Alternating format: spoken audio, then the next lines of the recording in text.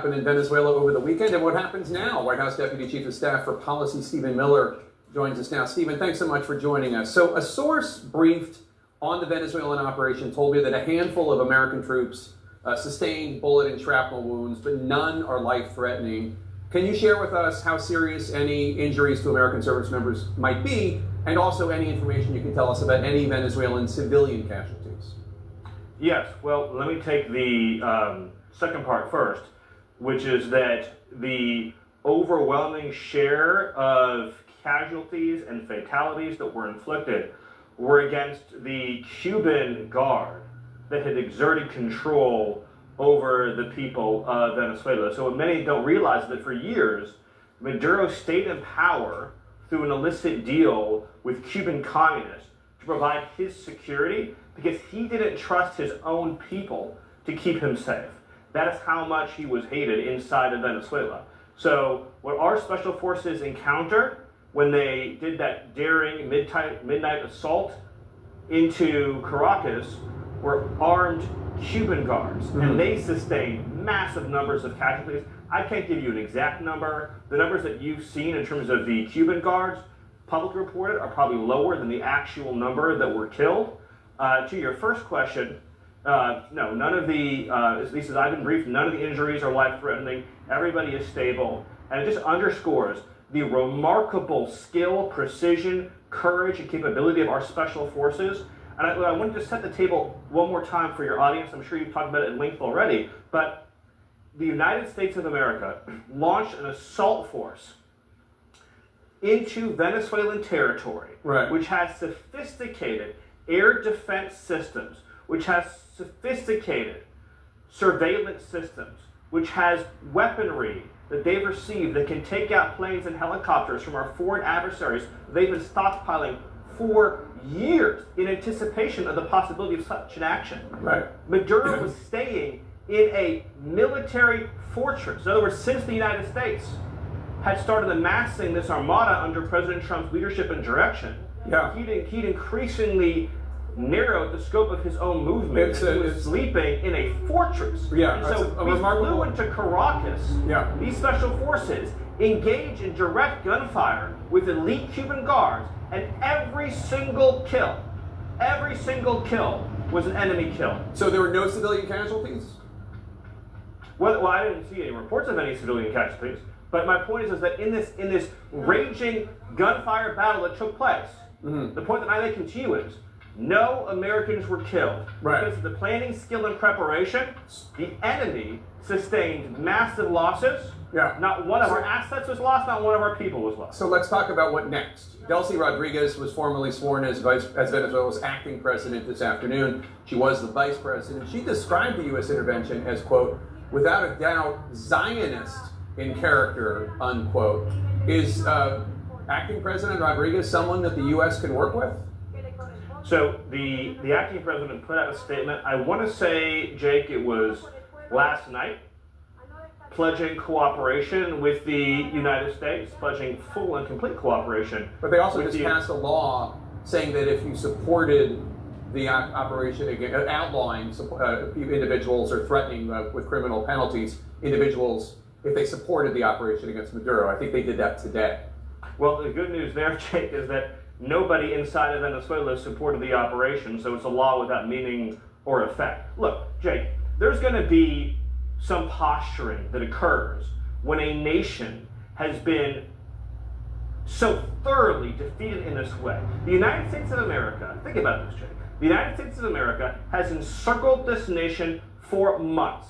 One of the largest naval armadas in history has been stationed off its coast. Fighter jets have been encircling the island. We've been engaging in kinetic lethal strikes against Maduro's drug boats and trained Araguaia gang members leaving the island. We have launched a complete oil embargo of the Ghost Fleet, the dark ships. And now on top of all of that, Maduro is sitting in a jail cell in New York, as is his wife. So of course there's going to be, this is very important though, of course there's going to be some posturing. Without giving anything away, I want to be very clear. Very clear. The government has sent messages, this is such an important point, Jake, to the Secretary of State, to our senior U.S. government official negotiators, They have sent message after message making clear that they will meet the terms, demands, conditions, and requirements of the United States. Okay. And I want to be very clear about that. So let's. The question about who is now running Venezuela is one that even members of Congress who are big Trump supporters say they're not quite sure about. Senator Majority Leader John Thune told CNN's Manu Raju that he doesn't know what President Trump meant by his assertion that the U.S. is running Venezuela, and he said he needs more information. Can you tell us what the president means when he says this? Is acting President Delcy Rodriguez in charge? Is she running Venezuela or not? Well, what the president said is true. The United States of America is running Venezuela. By definition, that's true. Jake, we live in a world in which you can talk all you want about international niceties and everything else. But we live in a world, in the real world, Jake, that is governed by strength, that is governed by force, that is governed by power. These are the iron laws of the world. But are you saying that the beginning of time? But in terms of day-to-day operations in Venezuela, that is acting President Rodriguez, right? It's not some sort of American emissary. No, what I'm saying is, we'll keep going here, Jake. So I want to say what I'm saying, and you'll follow up. But what I'm saying is just one level above that, which is that by definition, we are in charge because we have the United States military stationed outside the country. We set the terms and conditions. We have a complete embargo on all of their oil and their ability to do commerce. So for them to do commerce, they need our permission. For them to be able to run an economy, they need our permission. So the United States is in charge. The United States is running the country during this transition period. If that's true, obviously that doesn't mean that President Trump is setting the bus fare schedule inside the country. So doesn't mean that President Trump is assigning the curriculum in the country. The indictment that the president and the military were acting on from 2020 was of 6 people. 2 of them were seized on Saturday by our special operators. There are 4 other individuals indicted who remain in Venezuela. Is the U.S. demanding that they be turned over? One of them is Maduro's son. One of them is a former government official. One is a current government official. One of them is the head of Tren de Aragua, as I'm sure you know. Are they going to be turned over if President Trump is in fact running Venezuela in the way you described? Well, I don't want to. Obviously, we have to balance here, Jake, which I think you more than most understand. We have to balance between, of course, what I can say to you publicly versus very close hold conversations that might be happening privately. And I know you understand and respect that. But I'll answer the question in this way. There might be individuals who are fugitives from American justice that could become part of a future conversation. But it's also true that for government leaders inside of Venezuela, as the president has said, right, we want an interim government that will respect the interests of the people of Venezuela, that wants a good, peaceful, secure future for Venezuela. So I would just say it this way.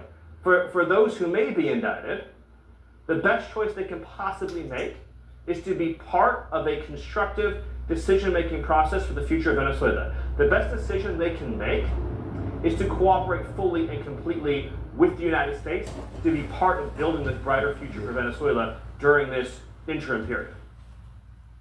Good afternoon again. This is Ronnie G. This is what the black people is trying to tell you, and the brown people. This is white supremacists. That's what we're talking about. Look how amped up. He just like he on heroin or cocaine or something. He feels so good that the military is so superior to black and brown people. He tried to hide. He hired people from Cuba to come in. They got all this sophisticated equipment. And we killed many of the Cuban that were protecting Maduro. And we took everything, and we gonna run this country. That's what the black people been telling you for centuries. These white supremacists think they better than any other race. I told you, watch Viking Valhalla. That's what they believe in. Once them spent all of their resources here in America and then them used up all their money and then ran this country into the ground, they gonna go and try to take other people's stuff. But not this time. Because of social media now, everybody can see everything that's happening around the world as it happened. They can't lie no more. They can't cover up no more. They are white supremacists. Now everybody around the world can see. You can't just stand there and let these white supremacists get away with their evil deeds. Nobody that believes in righteousness and justice needs to stuff. Look at him. He just laughing like he's so happy. He don't know that. Kill all of those people. And the same government is still in place. The lady that took his place was already the vice president in the country. Maduro, military, and way of doing things are still in place.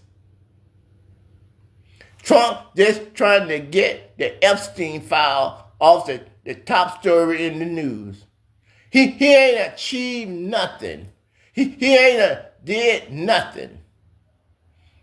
Except made China mad and made Russia tell America to shut up because Donald Trump just did the same thing that he did in Ukraine. We're going to have to do something when we get these MAGAs out of office,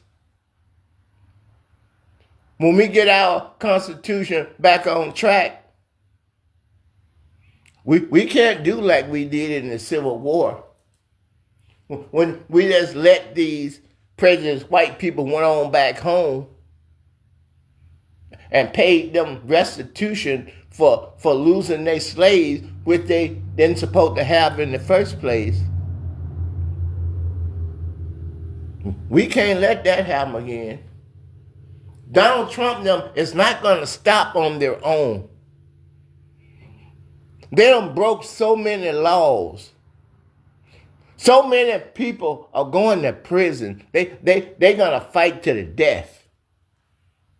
I'm telling you now, I know what white supremacists do. These people is going to fight to the death because they think that they better. But they're not. These prejudiced white people is going to get a rude awakening this time. And as soon as it's over, we need to make some laws, and we need to make sure that we lock down the Constitution. That everybody in America is a human being, and everybody in America deserves respect. There ain't no place for white supremacists under the Constitution or no terrorist organization. We got to do something about that, and we got to do something about that soon. Thank you.